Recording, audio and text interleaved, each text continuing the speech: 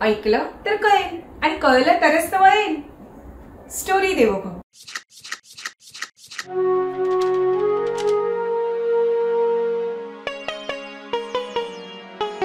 दिवाळीचे दिवस होते. एक मुलगा आपल्या आईसोबत दिवाळीची तयारी करत होता.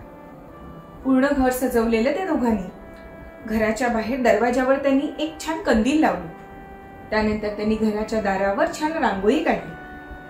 एक छान पणती लावली. थोड्या वेळाने त्याची आई तो दिवा बुजवायला निघाली.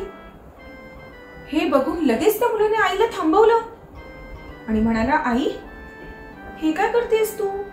आज दिवाळी आहे, आपला शुभ दिवस आहे. अशा दिवशी आपण दिवा लावतो ना, तू बुजवतेस का?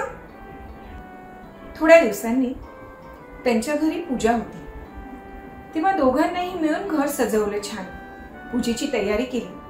हार आणले, फुलं आणली, देवाचा प्रसाद बनवला, समई घेतली, त्यात दिवा लावला आणि थोड्या वेळाने आई पुन्हा तो दिवा विझवायला निघाली.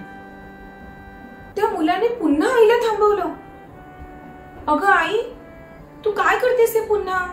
आज आपल्याकडे पूजा आहे, शुभ दिवस आहे आणि अशा वेळेस आपण दिवे लावतो, विझवत नाही.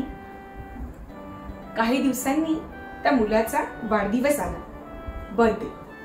तेव्हा दोघांनीही मिळून पूर्ण घर छान सजवलं. आईने छान छान मिठाई बनवली घरी. त्याच्या फ्रेंड्सला बोलवलं घरी. केक आणला. केकवर कॅन्डल आणली. ती कॅन्डल लावली. केक कटिंग करायला जाणार त्याच्या आधी त्याने कॅन्डल बुजवायला सुरुवात केली.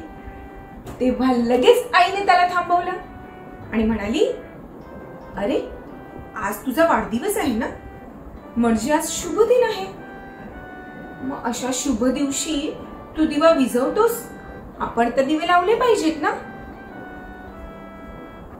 तेव्हा तो मुलगा विचार करायला लागला, हो ग, तू बरोबर बोलतेस.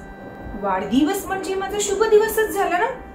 मग अशा दिवशी मी दिवा विझवला नाही पाहिजे, लावला पाहिजे. आणि तेव्हा त्या मुलाच्या लक्षात आलं की आईने दिवाळीच्या दिवशी आणि पूजेच्या दिवशी दिवा विझवायची ऍक्टिंग का केली. तुमच्याही लक्षात आलं असेल. आणि तेव्हा तिथे असलेल्या सगळ्या फ्रेंड्सने ठरवलं की यापुढे आपल्या वाढदिवसाच्या दिवशी आपण दिवा विझवायचा नाही, दिवा लावायचा. मग त्यांनी डिसाईड केलं. तुम्ही कधी डिसाईड करणार? चला, सुरुवात आजपासूनच करू. शुभम करोति कल्याणम आरोग्यम धन संपदा शत्रु बुद्धि विनाशाय दीपक ज्योति नमोस्तुते.